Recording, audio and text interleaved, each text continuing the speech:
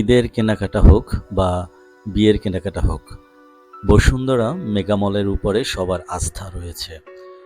তো রোজার শেষে ঈদের আগ মুহূর্তে কিন্তু বসুন্ধরা সিটিতে উপচে পড়া ভিড় ক্রেতাদের লক্ষণীয়। তো আমরা আজকে কিন্তু বসুন্ধরা সিটিতে এসেছি। তো আমি আপনাদেরকে ঘুরিয়ে দেখাবো যে কী অবস্থা। দেখতে পাচ্ছেন যে পুরো সব তালাতেই কিন্তু লোক, ক্রেতাদের কিন্তু উপচে পড়া ভিড় দেখতে পাচ্ছেন।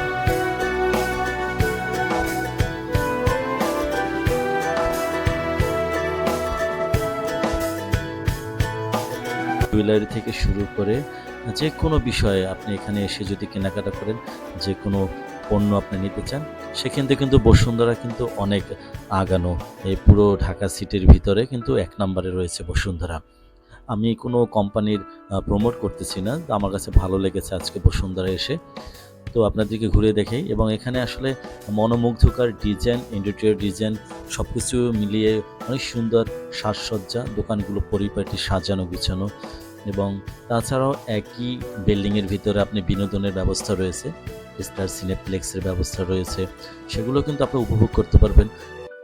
শপিং করতে করতে ক্লান্ত হয়ে যাবেন, ক্ষুধা লাগবে, তাই তো? তার জন্য রয়েছে ফুড কোর্ট।